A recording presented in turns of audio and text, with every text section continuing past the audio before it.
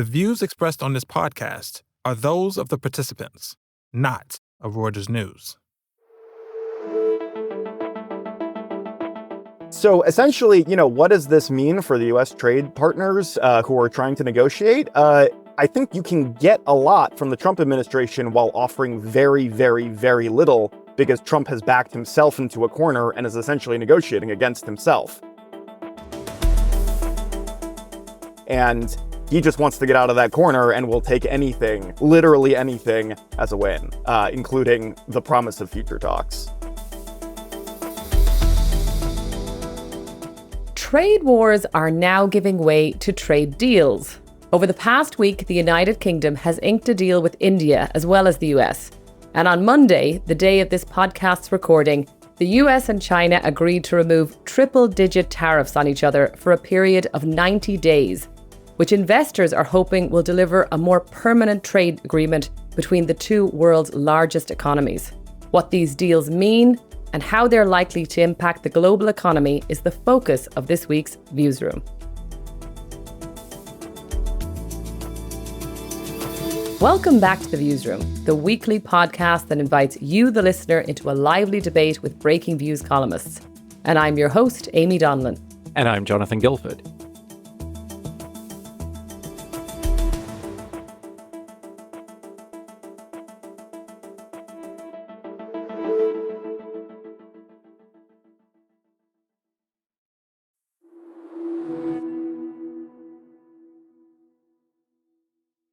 As is the case with so much of the recent news cycle, events around tariffs and trade are moving very quickly. So we must preface this conversation to say we're recording it on Monday afternoon London time, morning in the US, and for now it looks like the US and China have come to a temporary agreement to slash tariffs from 145% down to 30% on the US side, and from 125% down to 10% on the China side. Amy, this looks like a pretty big de-escalation on the face of it, right? And markets seem to be pretty excited.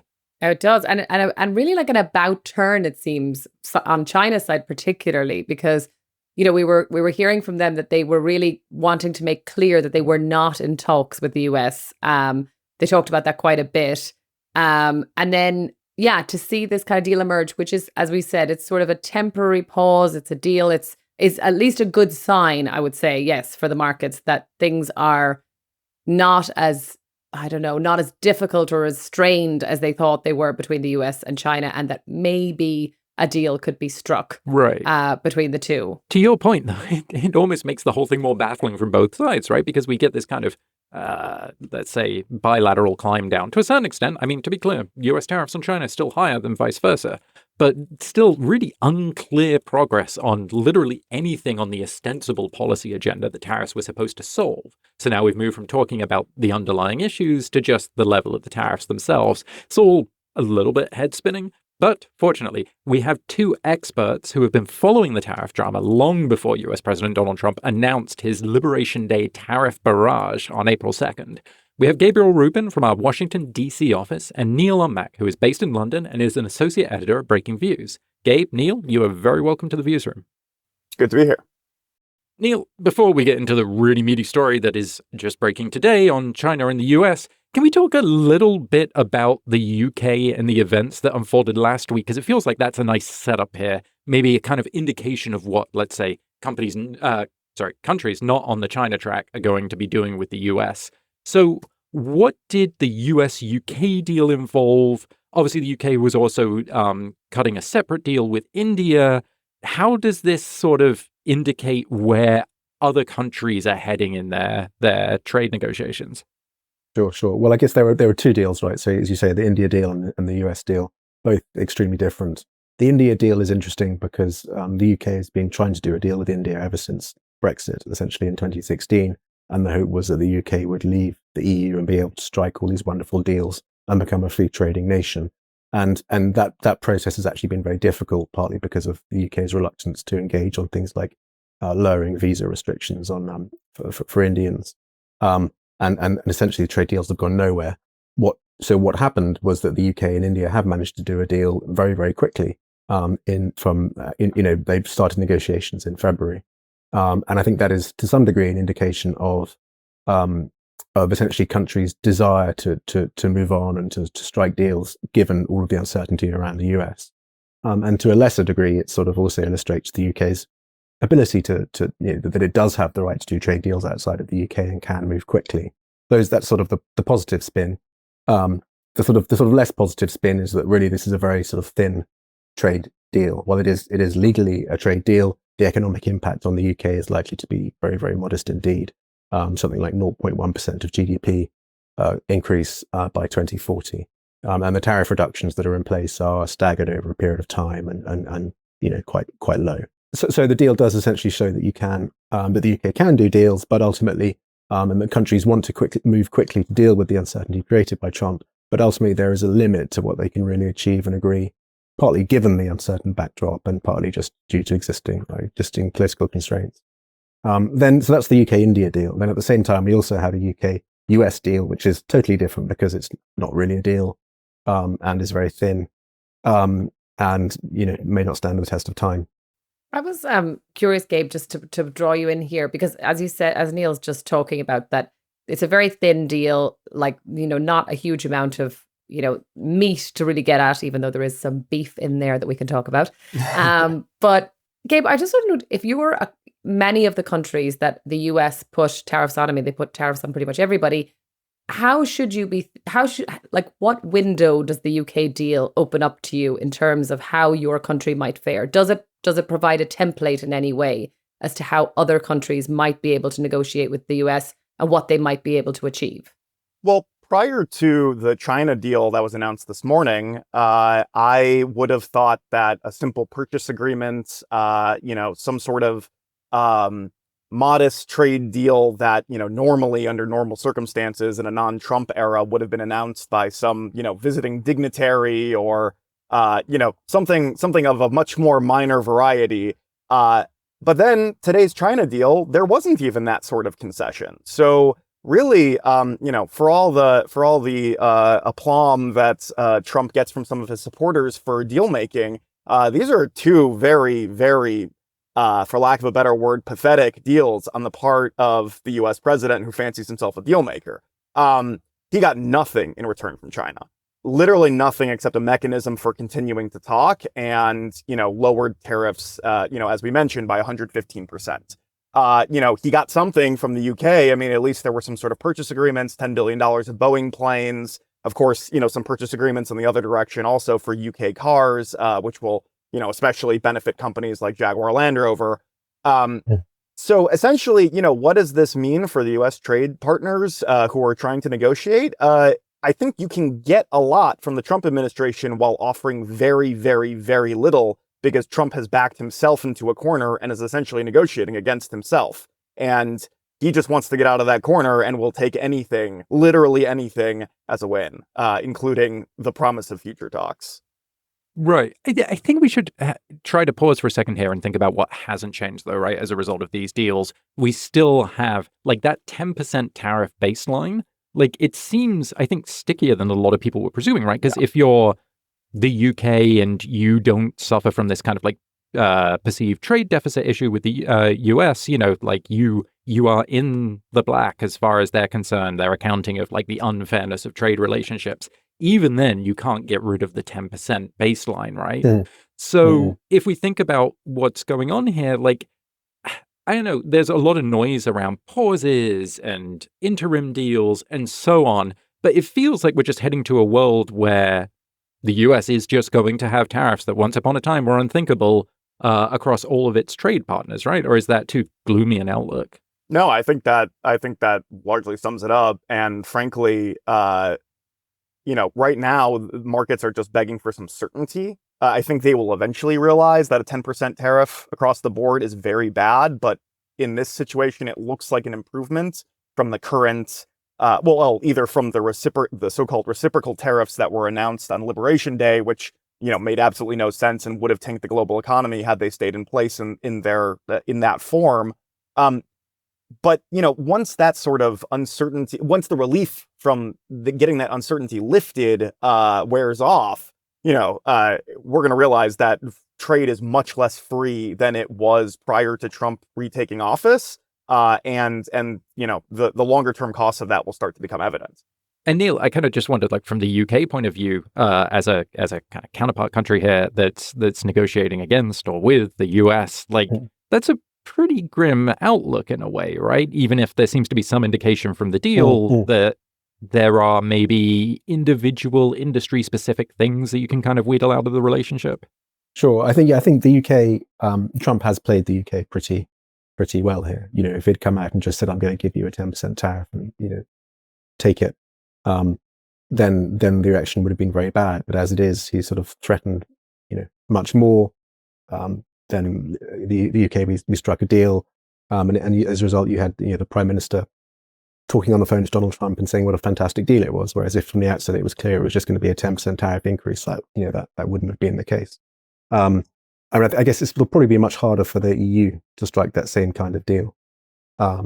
So that's probably the next big test that the market needs to see, is whether we end up with, perhaps we don't get a UK style deal with certain purchase agreements. Perhaps we get something closer to what we just saw with China, i.e. just sort of agreeing to disagree essentially and just kicking the can down the road.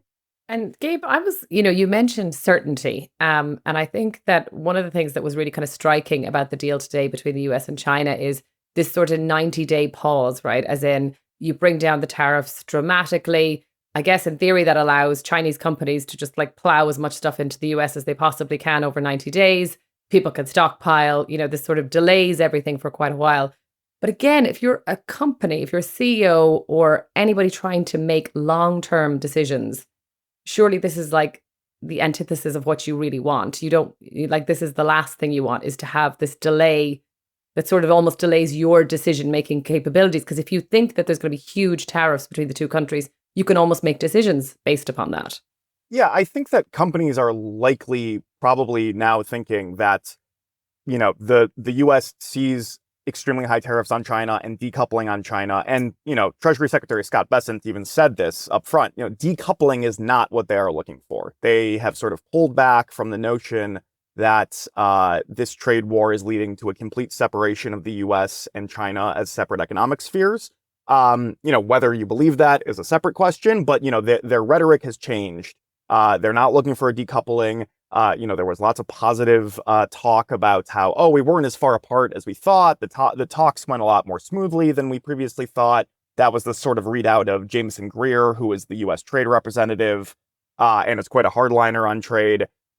So you end up in this situation where companies can sort of be a little more optimistic that the situation between China and the U.S. will not be as bad as it seemed just a few days ago.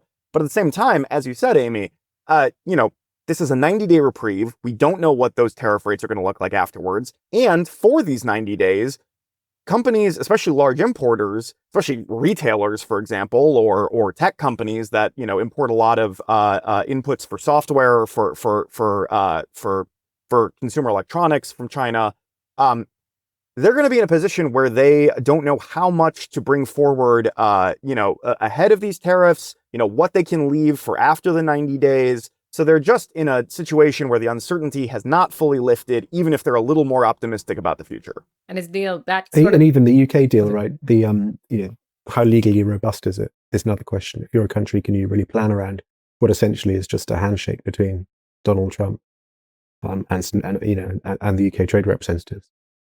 It's not. And what's actually even more complicated on a macro level, for the UK or for any US trade partner is sort of understanding how these trade flows are affecting things in the near term, because there is going to be so much disarray in terms of building inventories and shipping has lags. It takes time to get things across the ocean, and the economic data, the shipping indicators, all of the things that economists and companies and forecasters look at to make decisions is just going to be completely in flux for the foreseeable future. And should we be basically taking this as, because I guess, Gabe, what I'm listening to, I'm kind of thinking that you could interpret what's going on as that it's not going to be as bad.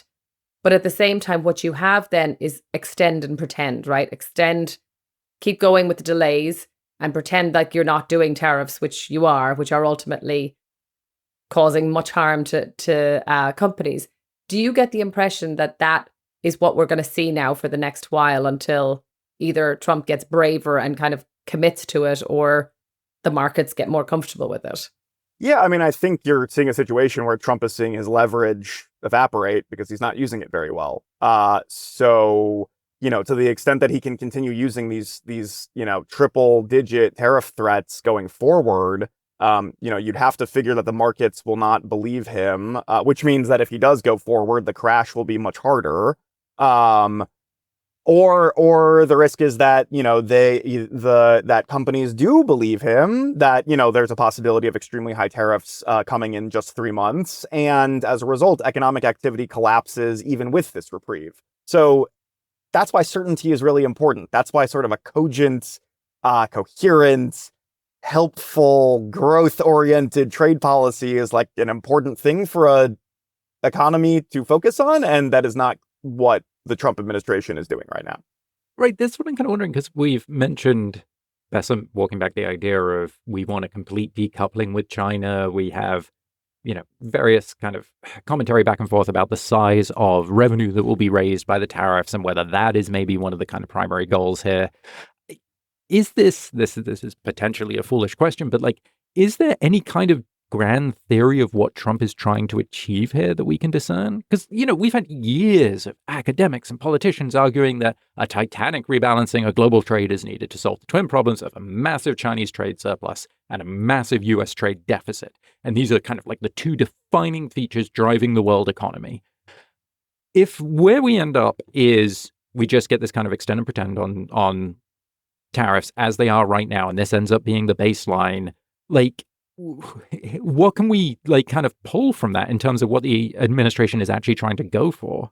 It does not appear that they have a clear goal in mind. They have several unclear goals in mind, whether that's bringing manufacturing back to the US, revenue raising, or removing non-tariff trade barriers. Those are the sort of stated overall goals. But since those are sort of irreconcilable when you try to put them all together, they need to sort of pick a lane. They need to figure out, whether that's the Biden administration's strategy of sort of protecting extremely sensitive industries and trying to build up a domestic capacity for those industries, semiconductors, certain mining sectors, even, building up a lithium industry in the US, batteries, green energy. I mean, that's one approach, sort of industrial policy with they call it a high fence in a small yard. You sort of protect, very key industries with high tariffs, but the rest of it is free trade. But, the Trump administration didn't come in with that kind of clarity. And, you can fault the Biden administration for the results they achieved, although that obviously is a longer term process. But at least they had a sort of clear agenda in mind, even if you disagreed with it. The Trump administration just seems to have all these goals that they're not matching up. And you can see that, in fact, today, just with the pharma announcement, right? So Trump has said he wants to launch an investigation into into drug manufacturing and bring back drug manufacturing to the US, which you can see the logic of that, given that it's the single largest market in the world. And at the same time, today, he says he wants to drastically cut drug prices back to the lowest level of any country. So if you're a pharma CEO, those two things are completely irreconcilable. Absolutely. One thing I was curious as well to Neil and Gabe is, were there any signs from China? Now, we mentioned obviously the US and the leverage that they're losing the longer this goes on. But in terms of what China is willing to compromise on in what we saw from the announcement today, because obviously that's key as well. As in, it was interesting, I thought, in the lead up to this announcement, China were regularly saying that they weren't actually even in discussions with the US, and that to stop saying that they were, because they weren't. So it seemed quite tense. And then all of a sudden you get this sort of, well, we'll do a 90-day reprieve and we'll back down, and on both sides. So I just was curious, what happens at the end of this 90 days? I know it's so hard to know. You can't predict Trump, but you could probably predict China a bit better than you could Trump. So maybe, Gabe, I'll start with you. I mean, presumably, it seems that, Xi Jinping and China overall is prepared for the long haul on this. And they are trying to sort of bulletproof their economy to the extent they can. Obviously, it's not so easy. But they are, trying to do everything they can to maintain their position in the global economy as the premier exporter. I mean, they, what does that look like? Do they flood other markets with their exports? Probably. So what does that mean after 90 days? I think that China continues to sort of push a really hard bargain here and to, give the US something related to, fentanyl inputs, which, cracking down on that and doing some of the non-tariff trade barrier stuff that allows U.S. exporters perhaps more ability to sell in China. But those would really be fig leaves for the overall rebalancing of global trade, which, China, I don't think feels any need to compromise on at the moment, because they feel like they have the U.S. on their back foot, because so much of, Trump's approval rating and the overall feeling of the U.S. consumer is based on access to goods and inflation. I mean, if the U.S. suddenly faces massive shortages, that is a political problem for Trump in a way that it is not a political problem for the Chinese government. So given that where we've ended up with China with this 90-day pause, do any other countries have any incentive to do a deal in the next 90 days with the US, or do we just have a series of extensions? I mean, so far it suggests that we're just going to get the extensions, right? Yeah. I mean, based on his behavior with Mexico and Canada and the rollback of the Liberation Day tariffs, I mean, that's what it seems like to me. Well, continued indeterminacy and no clear endpoint sounds like a reasonable enough place to wrap it up. Gabe, Neil, thank you so much for joining us on the Viewsroom. Thanks for having us. Thank you. Thanks.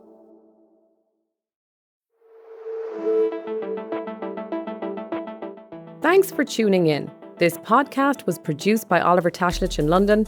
You can listen to a new episode of The Viewsroom every Thursday on the Reuters app or your favourite platform. And don't forget to tune in to our sister podcast, The Big View, every Tuesday, as well as the other great podcasts from the Reuters team. If you like what you heard, please follow The Viewsroom and let us know what you thought. And check out our views on the biggest stories in business and finance every day at breakingviews.com and reuters.com.